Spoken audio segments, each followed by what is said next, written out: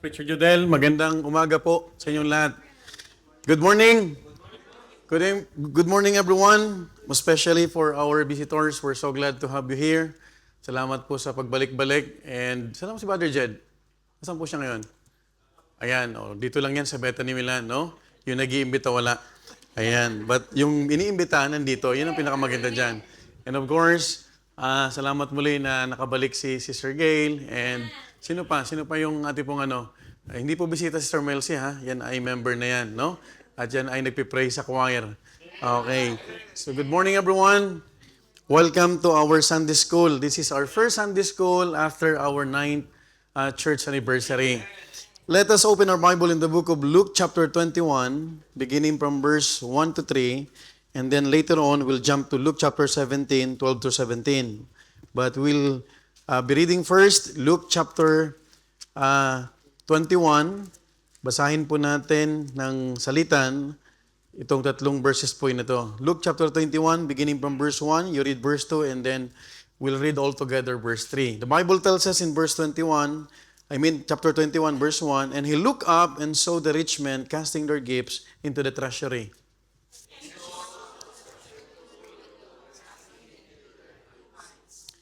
Verse 3, altogether now read. And he said, of a truth, I say unto you, that this poor widow has cast in more than they all. Luke 17, beginning from verse 12 down to verse 17. If you are there, please say amen.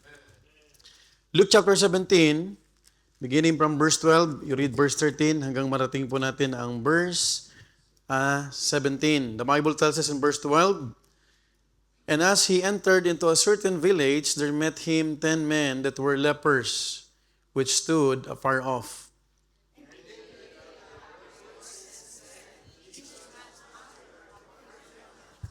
And when he saw them, he said unto them, go, shew yourselves unto the priests.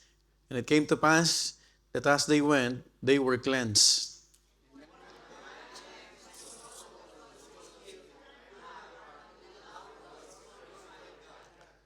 And fell down on his face at his feet, giving him thanks. And he was a Samaritan. Altogether now. And Jesus answering said, were there not 10 cleansed? But where are the 9? Allow me to read verse 16. And then this time, just follow me in silent reading. This is the key verse of our Sunday school lesson in verse 16. And fell down on his face at his feet, giving him thanks. And he was a Samaritan. This morning, we'll be talking about a lesson entitled, An Attitude of Gratitude. An Attitude of Gratitude. You know what? Napakagandang pakinggan at marinig ng Panginoon na tayo nagpapasalamat. Of all those things that He extended to us, from the day one hanggang sa ngayon, from the day one of this work, the Lord is so gracious, and that's the reason why we need to thank the Lord. Shall we pray? Father God in heaven, what a privilege, Lord, and what a blessing to be in thine house. Thank you, Father, for the victories that you have extended to us, especially, Lord, for giving us the opportunity to see how the power of the Word of God could be able to touch one's heart, especially for the lives of your people, and not only for the people, Lord, but even, Lord, for the visitors. Lord, this morning, if there are unconfessed sins, Lord, that could hinder our service, please, we're asking wholeheartedly, Lord, that you may continue to forgive us and cleanse us through the blood of the Lord Jesus Christ. And I pray also this morning that you would give us a teachable heart, and may you remind us, Lord, that it is your perfect will for all of us to always give thanks for the things that you have extended to us, whether positive or negative, O Father. Lord, be the one to speak in our hearts, even, Lord, to the visitors that we have, both online and even on-site. Thank you, Father, for this time that we could ponder thy word. May the Holy Spirit, Lord, give us a spiritual understanding, and may you help also your servant, Lord, to be your mouthpiece this morning, and help me, Lord, to have an organized thought so that I could be a blessing to your people, and not only to your people, Lord, but even to the visitors who are with us. Thank you once again, Lord. We bring back all the glory. In Christ's name we pray. Amen. An attitude of gratitude. Now, real gratitude is real humility. Let me repeat. Real gratitude is real humility. Ang totoong nagpapasalamat ay totoong nagpapakumbaba. Do you believe in that? One cannot be humble without gratitude. And one cannot be grateful without humility. Paano mo papasalamatan ang isang bagay kung hindi mo naman totoong nakikita at naunawaan na ikaw ay tumanggap ng isang bagay na nagpapasalamat ka? Now, many years ago, someone took a poll as to the greatest sin committed by mankind. To the surprise of many, hindi po yung murder, hindi abortion, hindi vices.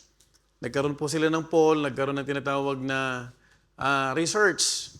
And they found out that the greatest sin committed by mankind, for their surprise, the sin chosen as the greatest and most often committed was the sin of ingratitude.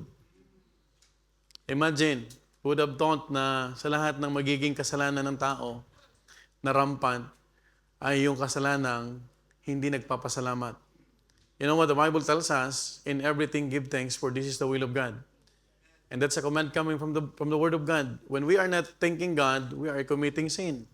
Because sin is a transgression of the law. So tayo po ay dapat na nagpapasalamat. Now, let us meditate for a while upon this grace which is so necessary to a successful and a happy Christian life. Now, in a scripture, in our text, we found two remarkable examples. Una po yung poor widow in Luke chapter 21. A poor widow gave only 2 mites. Alam natin yung kwento na to. Yet, the Lord commended her because she gave from a heart that recognized God's word and even God's goodness. Makikita natin, she was so humble. Kaya makikita mo ang gratitude at humility, hindi pwedeng magkahiwalay. Hindi ka pwedeng magsabi, nagbigay na ako, Lord, ah. So that's not gratitude. Now, not only that, hindi lang natin binasa yung Luke chapter 21, but makita natin, kapatid, in her offering, it was not measured by its amount, but by the gratitude and faith behind it. In Luke 7:17, nabasa natin about naman to sa 10 lepers. These are very common to all of us. In fact, if I'm not mistaken, this text, I've used this in the last anniversary of Malta. Now, makikita natin, the 10 lepers, they cried out to Jesus for mercy. And we all know the story. 10 people or 10 lepers were healed. So walang pinalagpas ang Panginoon. Lahat ng humingi ng tulong sa Panginoon ay pinagaling ng Panginoon. Now, yet, meron tayong nakita, only one returned to glorify God and give thanks. So makikita mo, sa 10, isa lang ang pasalamat. So, ibig sabihin, kanina, when Preacher Jodel is leading the prayers amen, sabi niya, Lord, buksan mo yung puso ng mga nasa Paris because we were praying for Pastor Kent kasi they were having also a service right now na hindi, kapatid, nature ng tao o ng mga tao yung magbigay. Are you following? In fact, nung tayo ipinanganak, naka-close yung fist natin. Wala kang batang ipinanganak, nakaganyan na. Kung mapapansin mo, sa panakan, ang mga bata, nakaganito. So, it's not our nature to give, even to give thanks. Kasi ang pagpapasalamat, binibigay din. Have you realized that? Okay. Now, makikita natin, the 9 were content with the blessing, but the one Samaritan valued the blesser. And who is the blesser? It's not your employer. It's the Lord Jesus Christ. Can I hear amen? Ang nagbibiyaya po sa atin, hindi po yung mga amo natin. O kaya, ang gandang tignan, kumpleto ang Malta, ang Rome Brethren, nandyan yung Poland. Salamat, wala na yung taga-UK. No? Salamat, nandito yung taga Spain. Sister Cecilia. Salamat, humabol si Sir Joby. No? Talagang timing na timing to lagi. Iba to pag tumiming eh. May wisdom talaga to. Pag nag-roll call na, biglang nagpa-flash. Kasi she wants to give thanks to the Lord. Now, makikita natin, his gratitude distinguished him from the rest. So magkaiba.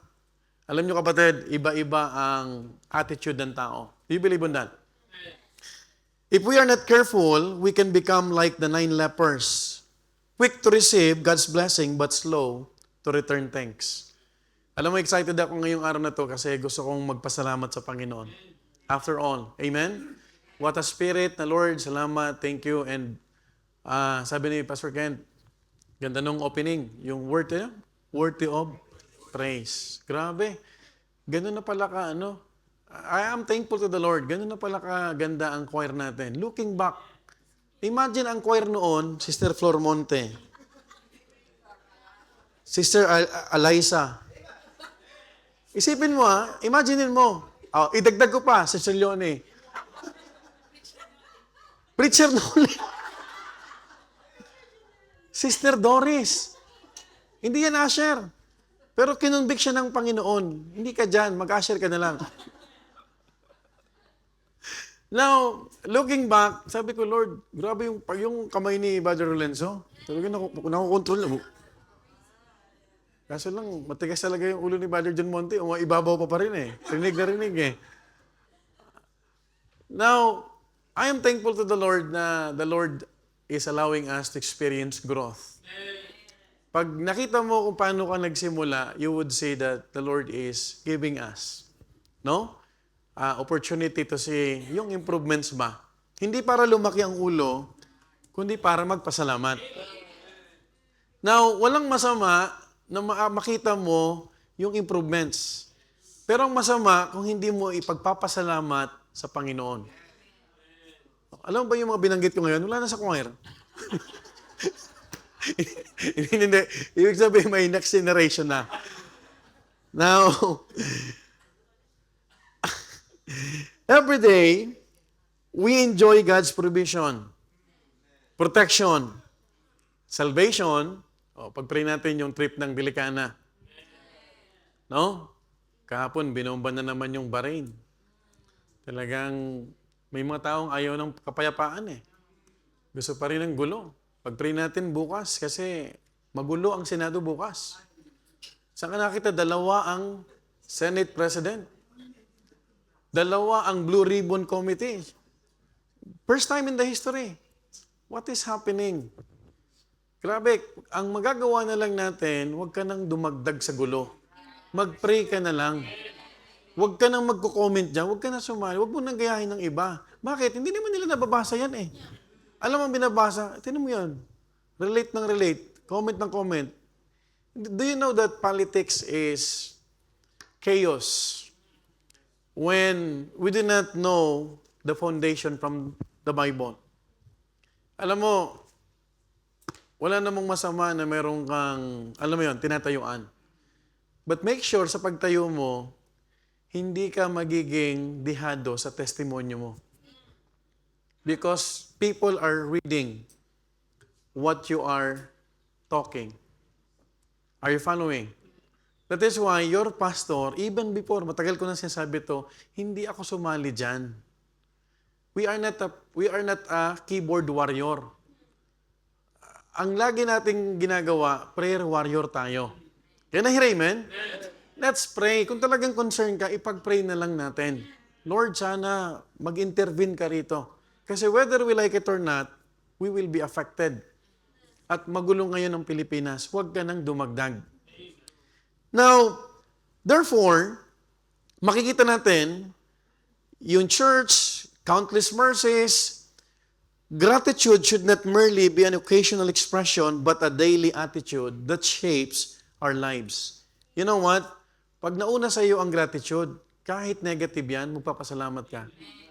Pinapakiramdaman ko, Sister Marites, she's the only person na nilapitan ko doon sa Malta delegates. Kasi nag-aalala ako sa kanya dahil baka mamadala ba. Ikaw ba naman mawalan sa Airbnb? At pag nagdenunsya ka rito, abutin ka ng siyam-siyam. Saan ka nakikita rito na ang magnanakaw pa ang pinoproteksyon na ng authority rito? I remember what Ma'am Agnes shared to us when we are talking in Munich. Sabi niya, alam mo, Pastor, dito may ninakawan, may balon na ano. Ang sinisi pa, dahil nahulog yung magnanakaw dun sa balon, bakit daw yung may-ari hindi man lang tinakpan yung balon? That's true. It happened. Do you know yung mga mandurukot na yan, pag nahuli, ipapasok, walang complaint, walang kaso, mamaya, labas na naman. So they are no longer afraid na mahuli. Kasi alam nila, susuntukin sila ng isa, pag di sila nahuli, magkakapera sila. But there are many problems. Preacher Sanjay, na wala nang tinatawag na passport, and it cost him 210. Magpaparenew lang dahil wala kang walang denunsya, walang ganito. So, makikita mo na ano mang mangyari sa atin, kung merong kang nangunguna na pagpapasalamat, you will thank God. Hindi ka magiging bitter, but you will become what? A better person. Now, as we consider the example of the thankful Samaritan and the sacrificial widow, let us learn 5 principles to live by as we develop an attitude of gratitude. 5 lang po ito. No? Number 1, 5 principles to live by as we develop an attitude of gratitude, because to thank God is an attitude. Hindi ka nagpapasalamat dahil may pera ka. Nagpapasalamat ka dahil yan ang inalaw ng Panginoon. God give it, God take it away, blessed be the name of God. Sino nagsabi niyan? Si Job. Because nangingibabaw kay Job ang attitude na magpasalamat. Amen po ba? Hindi dumating yung bisita mo, you are still thanking the Lord. Amen po ba? Kasi hindi mo naman control lahat yan. Right? Tama? Tama po ba? Hindi mo natikman yung suman ni Sister Esther. Pasalamat pa rin si Nanay Esther. Sabi niya sa akin, Pastor, ngayon, iibahin na natin. Lalagyan ko ng pangalan, Malta, Rome. Kasi hindi lahat, nakakain. Nauna daw yung balot ministry. Sabi ko, well, we will do this. Sabi ko, we have to thank the Lord for everything.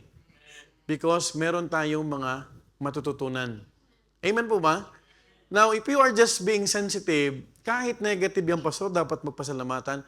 Yes. Because today, we'll be talking about the 5 principles to live by as we develop what? An attitude of gratitude. Nadidevelop ang attitude. Hindi yan, kapatid, isang araw lang. Pagkagising mo, yun na yun. It should what? Be developed. Number 1, gratitude recognizes its dependence. Gratitude recognizes its dependence. Hindi ka pwede magpasalamat sa Panginoon na hindi ka nakadepende sa Kanya. That is why, pag hindi mo nakita yung positive value na to, makikita mo na hindi ka nagpapasalamat kapag may mga nangyayaring negative. By the way, God is not God when things are on a positive. Kahit negative yan, ang Diyos pa rin. There is no such thing as self-made man. Can I hear amen? We need each other. Can I hear amen? Your pastor needs your prayers. Amen po ba? Hindi lang si pastor ang nagpe-pray sa church. The church prays for the pastor. And it complements. We often hear it said of someone that he is self-made. Nothing could be farther from the truth.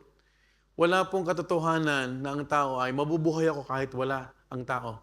Walang iba. Hindi po totoo. Kasi ang katotohanan, kung wala tayong magulang, wala tayo dito. Tama po ba? Each of us is largely a product of the influences of others. Take note about that. Kaya tayo ganito because people influence us. You know what? I've learned to prioritize world missions to my pastor. Kaya nga sabi ko, pag naririnig ko yung world missions, naalala ko, Pastor Nable.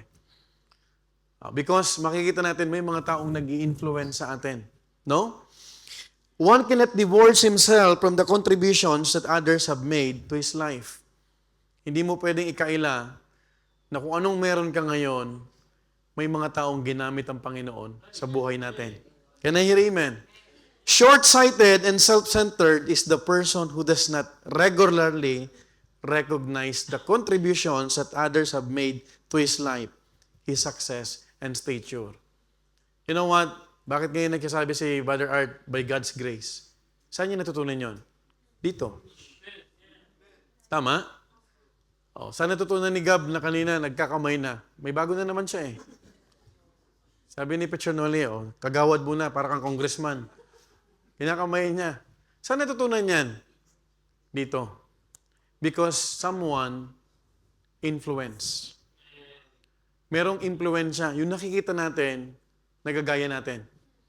Now, if you would notice, even in Acts chapter 4, verse 20, the apostles were imprisoned. They were beaten. But look at what the Bible says. Sabi ng verse 20, for we cannot but speak the things which we have seen and heard. Amen po ba? Bakit ka ngayon matapang na mag-soul winning, mag-share? Hello? Bakit? Because you have what? Have seen it. In fact, you have received it. Personally. Mahirap naman nag-share tayo na hindi ka palaligtas. Amen po ba? Sabi nila, we have seen and what? We have heard. So bunga tayo produkto tayo ng tinatawag na influence. Now, if we are saved today, are we saved today? Baka bumalik ng Panginoon, tumunog na yung trumpeta.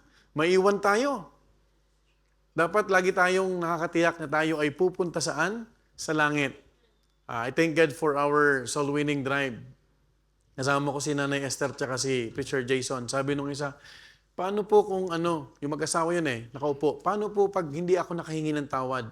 Pupunta po ba ako ng impyerno? That's a good question. Sabi ko, that's the reason why po this rendezvous or this meeting is not an accident. Niloob ng Panginoon na magkita-kita tayo dito para marinig niyo po ang mensahe patungkol sa kaligtasan. Because we are not telling you this truth to be afraid. And then they profess that Jesus Christ is their Lord and Savior. Now, makikita mo kapatid, kailangan meron tayong pasasalamat sa Panginoon. By the way, kailangan bang pasalamatan natin na tayo ay niligtas ng Panginoon? Yes, to remind us that we are a child of God. Huwag mong kakalimutan, pasalamatan, Lord, thank you for saving my soul. Kasi minsan, pag naalala mo yon, it reminds us everything kung saan tayo nagsimula. Amen po ba? And I always believe the Bible tells us that one saved is forever saved. No one can separate us. Who can separate us from the love of Christ? Ang daming mga circumstances, ang daming mga bagay, pero walang makakapaghiwalay sa pagmamahal ng Panginoon sa atin. Kapag na kay Kristo Jesus ka. That is why, naniniwala ko lagi, ang totoong ligtas bumabalik. Amen po ba? Now, if we know the Bible, makikita natin, if we are saved today, someone prayed for us, witnessed us, invited us to church, taught us the scriptures, or pointed us to Christ. Nakalimutan natin kapatid minsan kung paano tayo natuto. Di ba may ginamit ang Panginoon na soul winner? Di ba may ginamit ang Panginoon na discipler? Saan ka natutong mag-conduct, Brother Lenzo? Kay? Preacher Joshua. You see? Walang ipinanganak nagkakandak na. Pag ikaw may anak kang ganyan, maghunos dili ka. Lahat tayo ay produkto ng what? Ng blessing. Can I hear amen? Now, if we know the Bible, someone invested time in teaching us. I appreciate yung sabi ni Sister Leonie. Thank you sa mga teachers. Wow. Alam mo, hindi naman yan para kilitiin yung tenga natin To remind us na makikita natin, ikaw, tinuruan, darating ang panahon, ikaw naman ang magtuturo. It is just passing the baton. Amen? Because I've mentioned this many times, sharing is caring. Now, if we have opportunities in life, someone opened the door, offered encouragement, extended trust, or provided guidance along the way. In fact, even Apostle Paul, though greatly used by God, acknowledged the influence of others. Who's the one who influenced Apostle Paul? Sige nga, if you remember, sino ang nag-influensya kay Apostle Paul after he got saved? Sino? Before Barnabas. Ananias. Ananias muna. Amen po ba? Gumugol ng oras si Ananias. Hindi Ananas ha? Si Kiara, alam to na Kiara eh. Ananias, hindi Ananas. No? Gumugol siya ng ilang araw. Ha? 2 to 3 days. He waited. At hindi naman sila makikipag-usap kay Paul na wala silang sasabihin. Are you following? Hindi na nakasulat ang mga ibang bagay yon kasi kung isusulat lahat, hindi kayang isulat sa Bible. Now, Timothy had a godly mother and grandmother. Apollos had Aquila and Priscilla. Don't forget that. Amen? The disciples had the Lord Jesus Christ for how many years? 3.5 years. Sinong discipler mo, Sister Melcy? Huwag mong kalimutan sa Aprilin. No? At huwag mong kakalimutan yung pinapasa sa'yo ngayon, ipapasa mo sa iba. Amen mo ba? Now, the disciples, throughout Scripture, God uses people to help people. Do you believe on that? Gumagamit ang Panginoon ng tao para matulungan ng tao. Minsan, discouraged ka, malungkot ka, tatawagan ni Brother Rodel si Brother Art, or si Brother Art ang tatawag kay Brother Rodel, kasi malungkot si Brother Rodel kay Sister Lirma. Pero pag tumawag na si Brother Art, masaya na naman. And that's fellowship. Now, there are people who, when they begin to succeed in life, strive so hard to disassociate themselves from where they came from.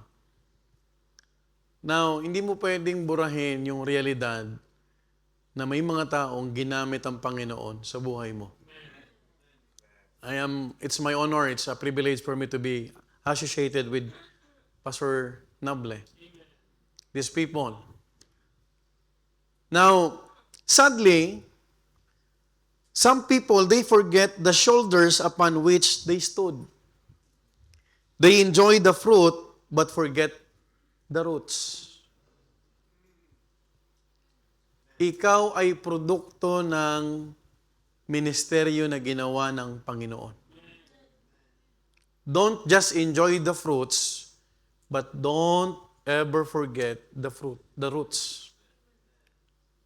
Sabi ng kasabihan, di ba natin mga Pilipino, ang hindi marunong lumingon sa pinanggalingan ay pagdatinik malalim. Yun ba yung Brother Art? Parang magulo ah. Ay hindi makakarating sa paroroonan. Now, they celebrate the harvest but ignore the sowers. Listen to this. They appreciate the destination but neglect those who help them begin the journey. Please don't forget the people that God has been using for your life. Kasi hindi natin mararating yung mga bagay na to kung wala ang pagkilos ng Panginoon. Now, remember, the grateful person never forget his roots. Biri mo 10 na kitongin. Hindi ang token ha. Ayan. May nagising agad ha. Welcome to our visitor. Amen. Sa 10 kitongin, ang bumalik ay ilan? Isa. Okay. So, ibig sabihin, isa lang ang nagpasalamat. That is why, I hope and pray na lahat po tayo ay, Lord, salamat. Thank you for giving us the victory. Amen? Napansin ni Pastor Kent yung mga halaman doon. Sabi ko, joy yan. Sabi niya, nagkaroon ng buhay, bread. Ganda, ganda. Oh. Di ba? Iwan ko ba naman yan, but may pasulat-sulat pa yung mga committees. Umiikot. But thank God because people can learn how to appreciate God's work in their lives if we are just being sensitive. Pag hindi ka sensitive, wala lang sa'yo. Pero alam mo kapatid, mamamalayan mo ang isang bagay at na-appreciate ng isang tao isang bagay pag wala na. But don't wait to appreciate things pag wala na. Kaya nga, medyo sa akin yung magbibigay ka ng bulaklak doon sa magulang mong nasa kabaong na. Kung magbibigay ka ng bulaklak sa magulang mo, yung buhay pa. Yung nakikita pa niya at naamoy pa. Hindi yung nasa kabaong na. Kasi hindi niya na maririnig yon. Are you following? Now, the grateful person never forgets his roots. He remembers the Sunday school teacher who cared for him, the pastor who preached to him, the church that prayed for him, the parents who sacrificed for him, and above all, listen to this, the God who sustained us. Can I hear amen? Huwag nating kakalimutan yung Panginoon na nagsusustain sa ating lahat. Above all. We must realize that every success we attain can ultimately be traced back to the goodness and grace of God. Kung wala ang biyaya at habag ng Panginoon, wala tayong mararating. In 1 Corinthians chapter 4 verse 7, for who maketh thee to differ from another? And what hast thou that thou didst not receive? Now if thou didst receive it, why dost thou glory as if thou hadst not received it? Now listen to this. Gratitude recognizes that we are recipients before we are achievers. Ano man ang marating mo sa buhay, huwag mong kakalimutan na magpasalamat. Can I hear amen? We are only recipients of God's grace. And take note, gratitude recognizes that we are blessed before we are successful. Amen po ba? Kung hindi tayo binless ng Panginoon, hindi ka magtatagumpay sa buhay na to. And lastly, gratitude recognizes its dependence, not its independence. Nakakalungkot na may mga Kristiyano, okay lang ako, kaya kong mabuhay kahit wala ang church. Hello? Do not forget that the head of the church is Jesus Christ. And if you are dependent on Jesus Christ, you will not want. You will not accommodate in your mind to be apart from the perfect will of God in your life. Can I hear amen? An attitude of gratitude, nade-develop yan. Of course, pag bago kang mananampalataya, hindi mo yan basta-basta makikita. Pero unti-unti, ganito pala yon. Unti-unti. Amen? Pag nade-develop yon, nakikita natin, wow, iba yung tinatawag na pagkilos ng Panginoon sa aking puso. Dati, mainitin ang ulo mo. Ngayon, nakakapagpasensya ka na. Right? Amen po ba? Dati nag-aaway kayo sa isang linggo, nag-aaway kayo ng mag-asawa 10 beses. Ngayon, 3 na lang. At least nabawasan. Ang mahirap, idadagdagan. Tama, Sister Selena? Okay. Number 1, gratitude what? Recognizes its dependence. Number 2, gratitude rejoices in every donation. Look at what the Bible says. In Romans 1:14, I am a debtor both to the Greeks and to the barbarians, both to the wise and to the unwise. The foundation of gratitude is the expectation of nothing. May I repeat. The foundation of gratitude is the expectation of nothing. Alam mo, the more you expect something, the more you will be disappointed. Listen carefully. Sabi ni Paul, ako ay may pagkakautang sa mga, hindi lang sa mga Griego, sa mga barbaro, both to the wise and to the unwise. Now, he's not expecting that people would listen to him because he is a former lawyer. Tama? Kasi itong mahirap, pag meron ka ng inaantay. Are you following? The more you expect, the more you will be frustrated. Hello? That is why we are talking about an attitude of gratitude. One should remember that though he is a debtor to all men, he should feel that none are indebted to him. Amen po ba? Bakit si Paul nag-share? Bakit siya naging great missionary? Wala siyang ini-expect. And he did not capitalize that he is a former member of Pharisee. Do you know that the target people that Apostle Paul would like to minister are those Jews? Because he first went to the synagogues. Pero hindi niya ini-expect na, hey, listen. I am a former Pharisee. I am a lawyer. Pero sabi niya, I am a debtor. Amen po ma? Pag wala kang inaasahan marinig, hindi ka madi-disappoint. But you will be what? Thankful. Hindi ka ma-recognize, hindi mo banggit ang pangalan mo. If you are not expecting, you will be thankful to your team. Alam nga naman, una-una, isa-isahin ni Pastor Kent yan. Meal ministry, ganito, ganito. Of course, pag kasama ka sa team, pag binanggit na yung team mo, kasama ka doon. Can I hear amen?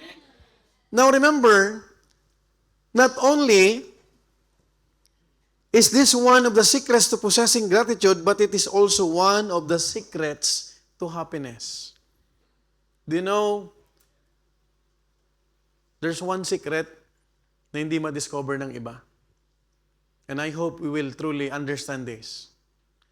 Kung gusto mo maging masaya, don't expect. Wala lang. Huwag kang mag-expect. Hello? Have you realized, kapatid? Ito, binabanggit ko nga sa inyo. Ito mga speakers natin, ba't naman tayo pupuntahan dito? Nakailang ulit si Pastor Ray na invitation? 10. Nandun kami sa Germany, 10 beses. Pastor, punta naman kayo doon. Preach ka naman sa conference. Now, I am humbled. Personally, sabi ko, parang, alam mo yun, daming mga magagaling. Ang daming mga eloquent na speakers. But, when you do not expect something from other people, you are just doing the will of God, hindi ka madi-disappoint. Ang mahirap niya, hindi man lang ako inimbita nito. Hindi man lang ako binate. Doon na nagkakaroon ng sad heart. Hindi mo lang ako na-appreciate ni Sister Telma. Because you're expecting something. Amen? That's why, if you will learn this attitude, you will be blessed. And you will feel tremendous happiness. Kasi nakikita mo na, oh, salamat dahil may nag-appreciate pala sa ginagawa ko. But if you keep on waiting, tapos hindi mo narinig yung pasalamatan ka o i-appreciate ka, ay, ayoko nang gumawa next time. Kasi hindi naman na lang nabati yung aking ginawa. But do you know, there's one person who knows everything? And who truly appreciates you kahit walang nakatingin sa'yo. And that name, that person is no other than the Lord Jesus Christ. Ano bang pipiliin mo? Yung appreciation ng Panginoon o appreciation ng tao? Kasi yung tao minsan, bubulahin ka. Right? Parang kilitain lang yung tenga mo para magmukhang masaya. Pero ang Panginoon, when He appreciates things, He'll gonna bless you. Folks, If one expects nothing, then anything is a bonus. Do you believe on that? Pag nakita mo to, ang lagi mong nasa isip, bonus na lang to. I don't deserve this, it's only a bonus. If he expects more than he receives, he is disappointed. Let me repeat. If he expects more than he receives, he is what? Disappointed. Kasi pag may inaasahan ka na hindi yun ang binigay sa'yo, malulungkot ka na. Then therefore, we are committing a sin named or labeled ungrateful. Alam mo yung ungrateful? Ingrato. Alam mo yung ingrato sa Tagalog? Hindi marunong pasalamat. If he expects less than he receives, he will be pleased even though what he receives is the same.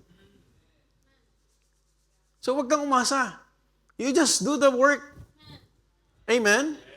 Just do the work. Just focus on the work. Hayaan mo sila. Ma-appreciate ka, hindi. Tumuloy ka lang. Because that's an attitude. Amen po ma? Hindi kapatid, when the choir sang, yung unang bungad pala ng kanta, grabe. I was sitting there, yung thankful ako sa Panginoon, sabi ko, grabe, ito na pala yung choir ngayon. Gumaganon si Badro Lenzo.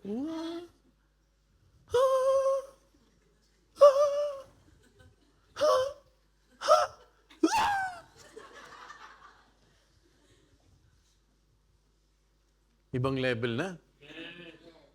Pero, hindi natin yan tinitignan para lumaking ulo. But to thank the Lord.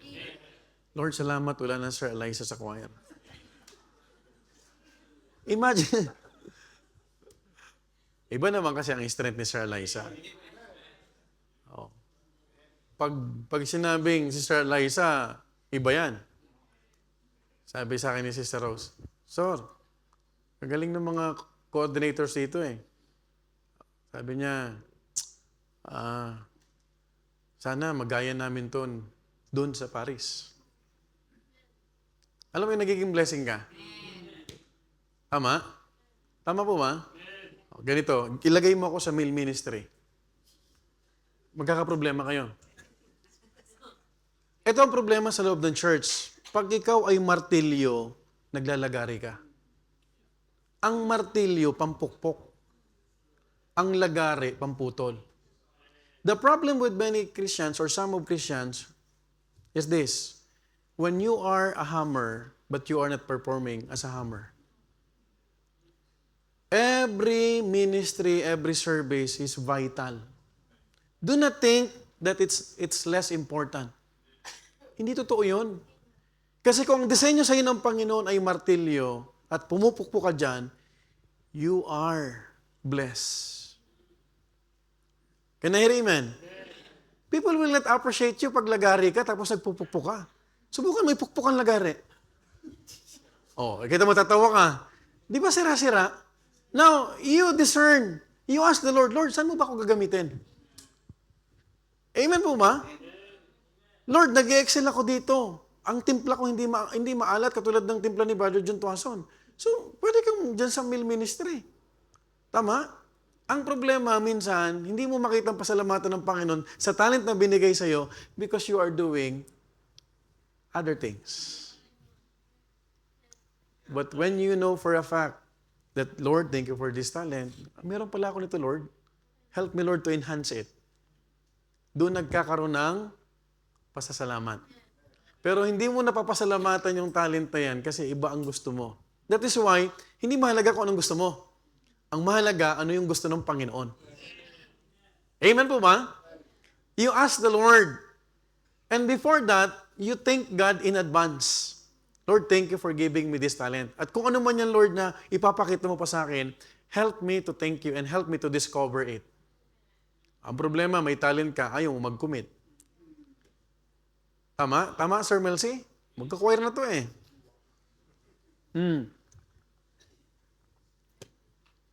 One of the greatest enemies of gratitude is entitlement.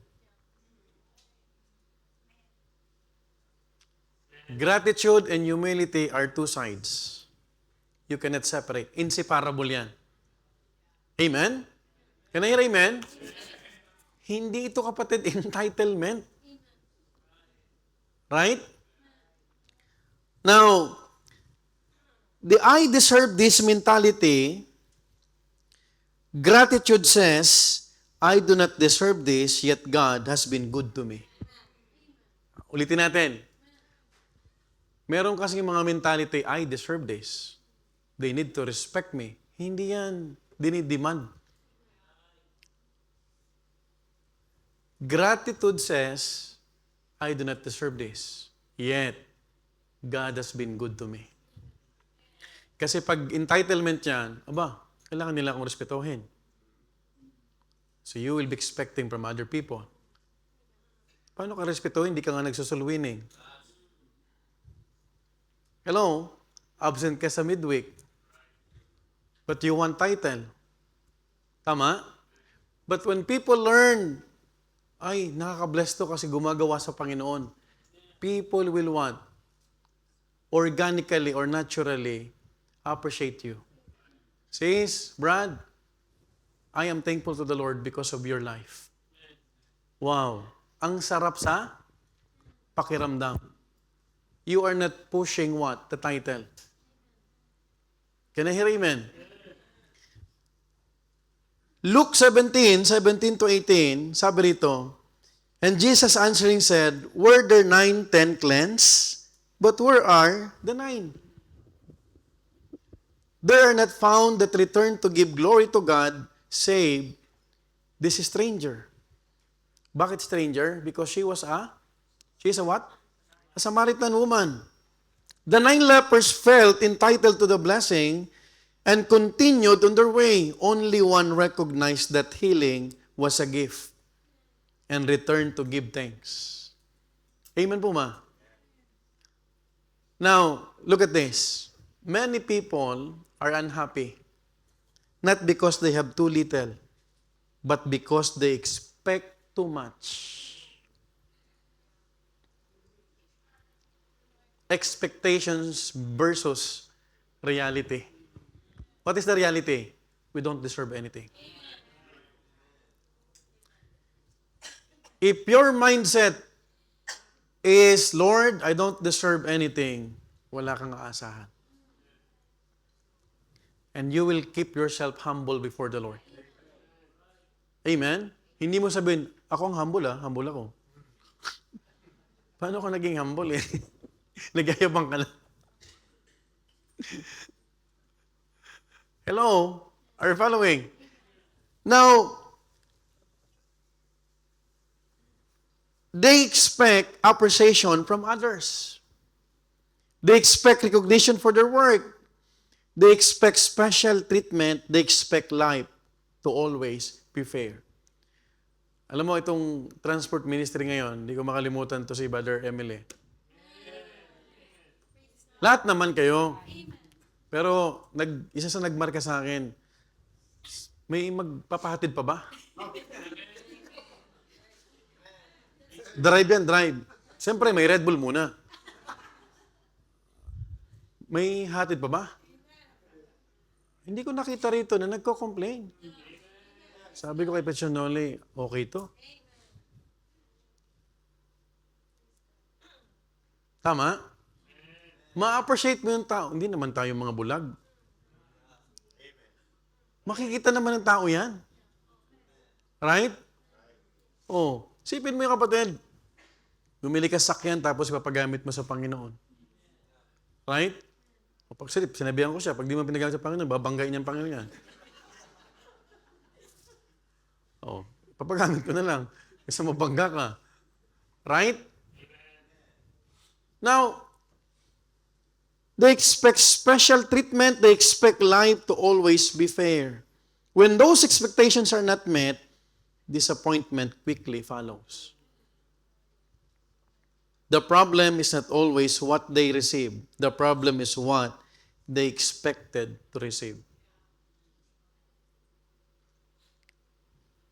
Philippians chapter 2, verse 14. Pwede pong i-request ko yung bisita natin to read that. Can you please read that verse? Sige po, you can read that. Okay, we are in the Sunday school. Sige.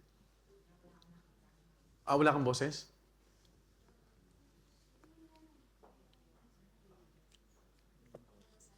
Okay, kinakabahan? Sige, ikaw na lang. Sige. Sige. Sumunod ka. Philippians 2:14, do all things without murmurings and disputings. Kita mo di siya nag-murmur? Pinasa kanya yung microphone.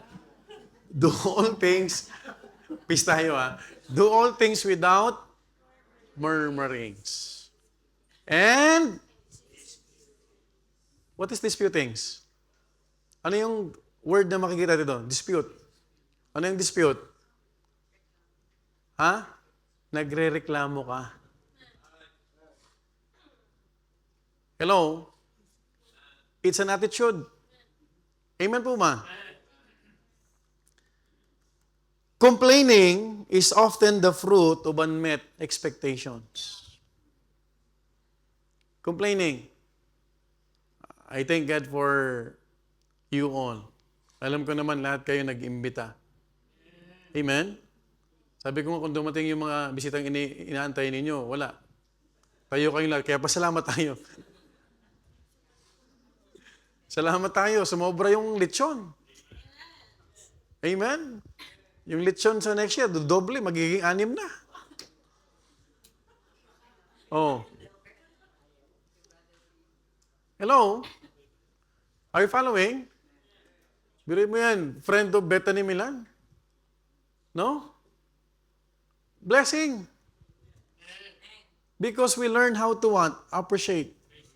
But we do not expect in return. We are doing this even before. Transport, ganito. And sabi nila, pagdating sa even the congen, sabi dun kay Pastor Ray, paalam siya ba? Kasi bukas pala ang Sunday, pag linggo. Oh. But thank God because people are telling that our church is organized. Amen po ma? So, hindi natin dapat ikatampo na may ushers. Amen? When people are doing the ministry, minsan makakalbo na itong mga ushers eh. Hello? Because it's for our what? Benefit. Pag may mga nag-ano dyan, nagtumutulong dyan, para yan sa lahat. It's not because of gusto lang nilang gawin. It's for the benefits of everyone. Two people may receive the exact same blessing. One rejoices while the other complains. The difference is not the gift. The difference is the expectation of the person. Alam mo ba ang Panginoon mabiyaya? Amen? Amen po ba? The thankful Christian understands that everything he enjoys is ultimately a gift of God's grace.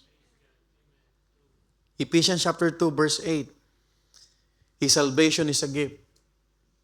For by grace are ye saved through faith. And that not of yourselves, it is the gift of God. Ang kaligtasan ay biyaya lamang. Hindi pagiging baptist, Brother Ariel. Sa aming mga bisita, ang kaligtasan ng pagpunta sa langit ay hindi sa pagiging membro ng Bethany Baptist Church because this church cannot help you. The only visa going to heaven is not Bethany Baptist Church Milan. It's only through the Lord Jesus Christ. That is the only visa. Pag wala kang tatak ni Kristo, hindi ka pwedeng pumasok sa langit. Are you following? That is why we do not capitalize Bethany. But we are so thankful to the Lord that God used Bethany for our spiritual growth. Yun yung gratefulness. Amen? Minsan, pambira, may mga taong wala man lang na-appreciate, hindi man lang na-appreciate yung church. After all, ang tawag sa taong yan ay ingrato. Are you following? You remember, your family is not perfect. Sino ang perfect na parents dito? Ni Suno. That is why young people, even our parents are imperfect, we still need to honor them. Amen? Pag ang tao, kapatid, lahat ng sinasabi negative sa church, wala man lang positive, ingrato yan. May problema yan dito. Hello? Are you with me? His daily provision is a gift. James 1:17. Brother Adrian, could you please read that? Every Every good gift and every perfect gift is from above and come down from the Father of lights, Ayan. With whom Thank you so is- much. with whom is no variableness, neither shadow of Yun. Neither shadow of turning. Every good gift and every perfect gift is from above and cometh down from the Father of lights. Nagkatrabaho ka, that's from the Lord. Nagkaroon ka ng asawa, that's from the Lord. Amen? Amen po ba? Ba't parang di kayo kumbinsidong from the Lord?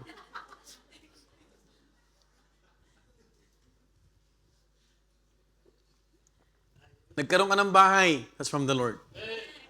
Wala kang sakit, wala kang cancer, wala kang malignant na ano, that's from the Lord. Hindi dahil nag-yoga ka. Hindi dahil nag-exercise ka. Alam na to ni Sister Telma. Every morning, meron siyang routine. Pero bago siya mag-yoga, bago siya mag-exercise, nagpe-pray muna to. Prayer warrior to eh. 5 o'clock gising yan. Nagtitignan ko yung kanilang group chat. Oh.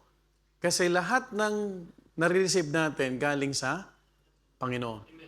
Binigyan ka ng tao, kapatid, na masisharean. That's from the Lord. Alam mo ba, kahit umikot ka ng umikot, pag di ka binigyan ng Panginoon, wala. Wala kang mahuhuling isda. Right? Tama? Tama po ba? It's always coming from the Lord. His very breath is a gift. Acts 17:25. Look at what the Bible says. Sister Bernadette, pakibasa po, bilis.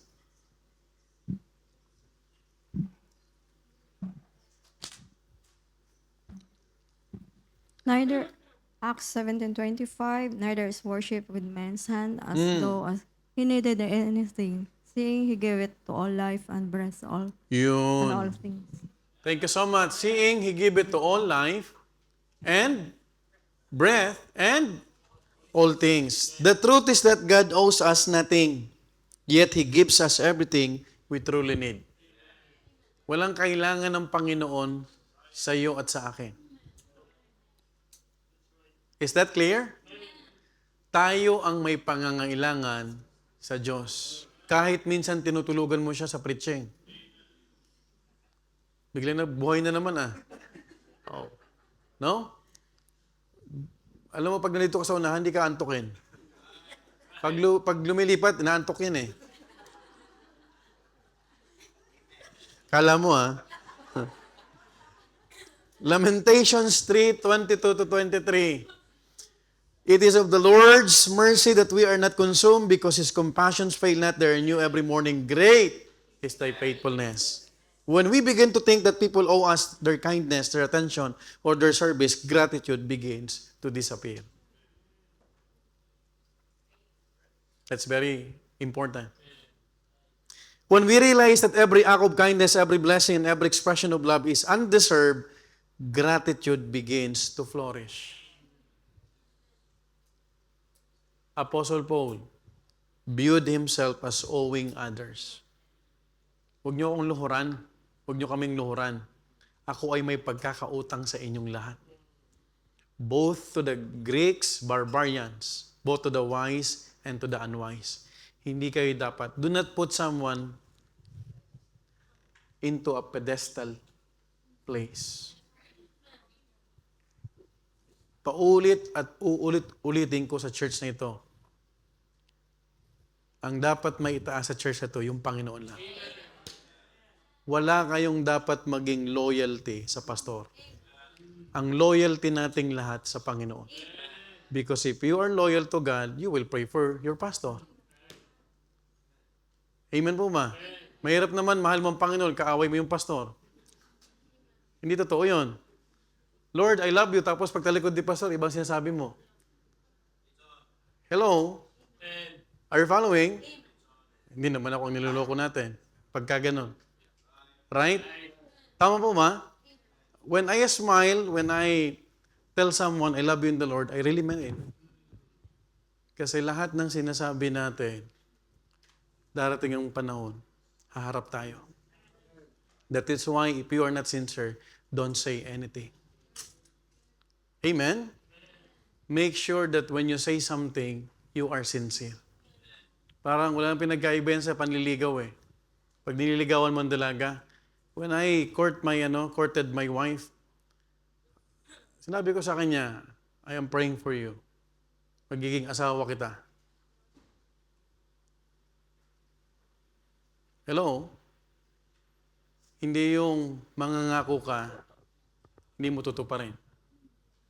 Right? Tahimik na naman kayo. The more entitled we become, the less thankful we become. The more humble we become, the more thankful we become. Psalms 103 verse 2, Bless the Lord, O my soul, and forget not all His benefits. The foundation of gratitude is the expectation of nothing.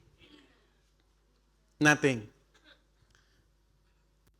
Number 1, gratitude recognizes dependence. Ano yung number 2? Gratitude rejoices in every donation. And thirdly, gratitude remembers the value of every gift. In Luke 21, verse 3 to 4, can someone read that? Brother Lorenzo. Luke 21, verse 3 to 4, And he said, Of a truth, I say unto you, that this poor widow hath cast in more than they all. For all of these have of their abundance cast in unto the offerings of God, but she of her penury had cast in all the living that she had. Amen. Thank you so much. One of the reasons we lose gratitude is because we measure gifts incorrectly. Question: how many among us receive a gift that we didn't exactly like? Maging totoo tayo ngayon. Have you experienced na binigyan ka ng regalo pero hindi mo naman gusto? It happens. If you'll just be honest. Tama? We have had those moments. We are prone to judge a gift by its price tag, its size, or its outward appearance. God, however, measures differently. When Jesus observed the people giving in the treasury, many wealthy people or individuals cast large amounts. Listen to this. Yet Christ singled out a poor widow who gave only 2 mites and declared that she had given more than all the rest. Grabe yung mata ng Panginoon. Why? Bakit kaya? Because God does not measure the gifts like we do. He measures the sacrifices behind the gift. What appears small to us may actually be very large in God's eyes. So wag mong maliitin yung ginagawa mo sa Panginoon. I've heard this many times. Do not say, "Asher lang ako." Do not forget na nag-a-asher ka sa congregation ng mga ligtas na tao. Amen? Ako ay event stylist lang naman kami. Subukan mo mawala ang stylist. Hello? Tama? That's why a gift should not simply be measured by what was given, but by what it cost the giver to give it. For example, I'll give you an example. Number 1, a child may hand you a simple drawing made with crayons or crayons. To others, it may seem insignificant. Alam niyo po yung pintuan dyan sa opisina? Dyan sa pintuan. May makikita kayo dyan na isang bond paper na ginawa. Ginawa yun ni Gab. That is his first artwork. Pag binigyan kayo ng bata ng ganon, sa iba parang, what is that? Are you following? Yet the child may have invested hours of effort, excitement, and love into making it.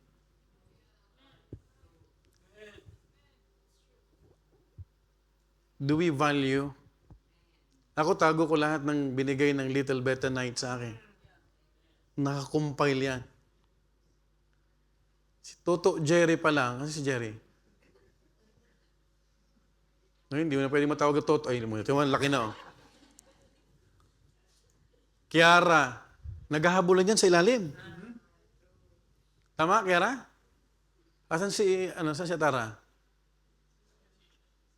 Ay, grabe. Mga sipunin pa to. Pero the Lord is allowing us to see them. Ayaw na makipag-usap minsan. Kasi iba, pag lumalaki yung bata, iba na. That is why we need to give value na habang bata, pwede mo pang kausapin. At saka, hindi mo, pwede bitbitin pa si Jerry.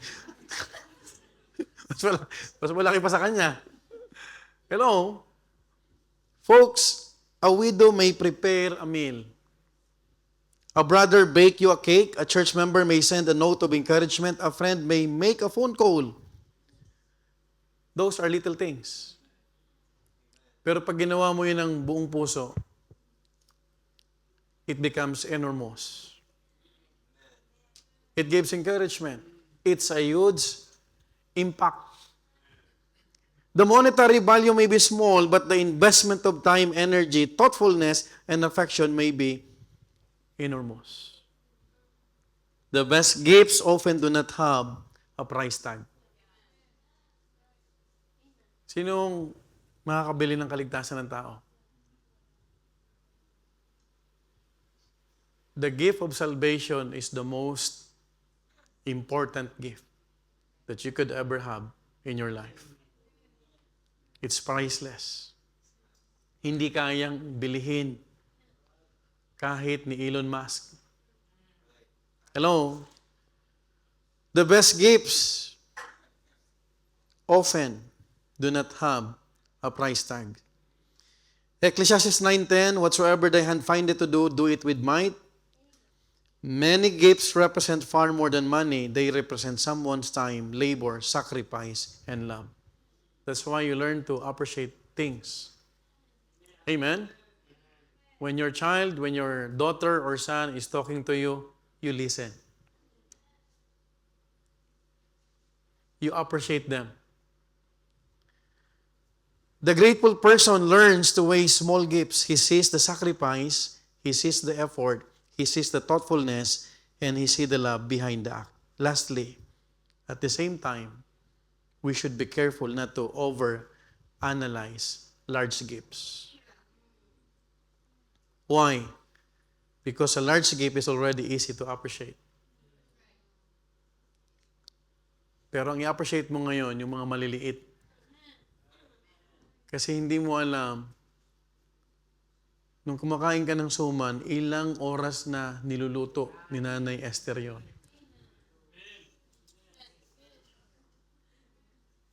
At yung iba hindi kumain, nakakain. So, sobrang sarap. Habang kumukuha ka ng leche plan, ilang oras na ginagawa ni Sister Leonie yan. Kinuha pa niya yung lampin ni Toto Jerry.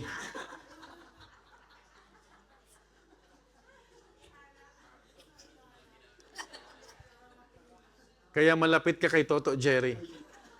Kasi may kapangyarihan yon.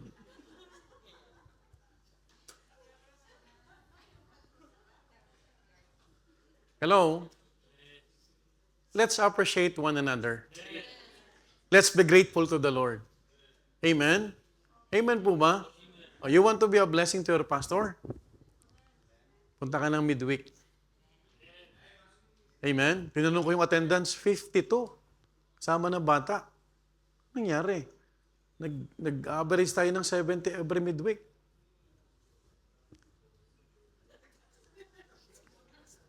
Hello? Amen?